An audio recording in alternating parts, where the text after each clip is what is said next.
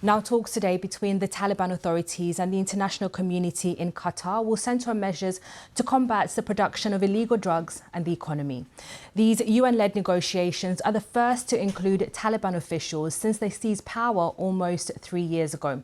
However, the absence of women and civil society figures at the Taliban's insistence has prompted criticism from rights groups and activists.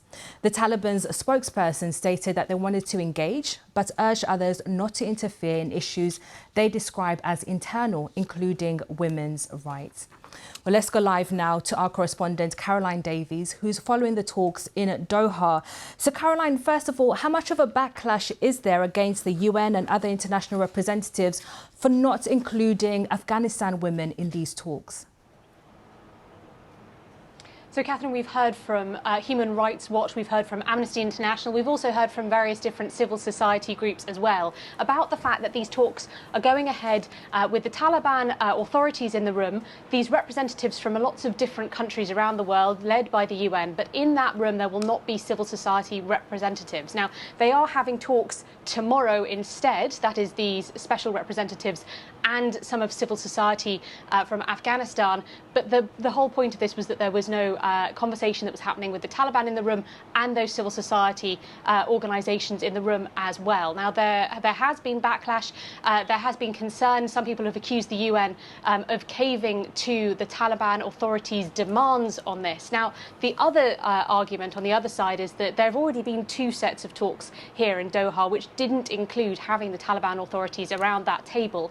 And some have questioned whether or not there was any way forward, really, to solve many of Afghanistan's problems without actually having the Taliban in the room and having some form of discussion. The big question, of course, is whether the sort of things that the UN have agreed to in order to be able to get the Taliban into the room in the first place, whether that will lead to some form of conducive talks, whether that will lead to any bigger changes in the future.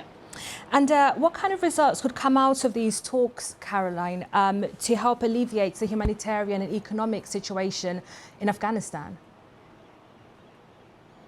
Well, most people that we've been speaking to here, and we've been talking to many of the diplomats as they've come out of some of these different meetings, they've all emphasised that this is a process. In terms of actually getting any finalised results, in terms of having some massive breakthrough, everyone we've spoken to has said don't expect that from these talks. This is the first time that the international community en masse has met the Taliban authorities, has met the Taliban officials. A lot of them have been having these conversations bilaterally, meeting them in Kabul one-on-one. But this is the first time the international community has done this sort of meeting since the Taliban authorities took control of Afghanistan in August of 2021. So no one is expecting a massive breakthrough. The best case scenario most people have described to us, they hope, is that the process will continue, that they'll come up with some form of concrete measures to be able to keep moving in that direction.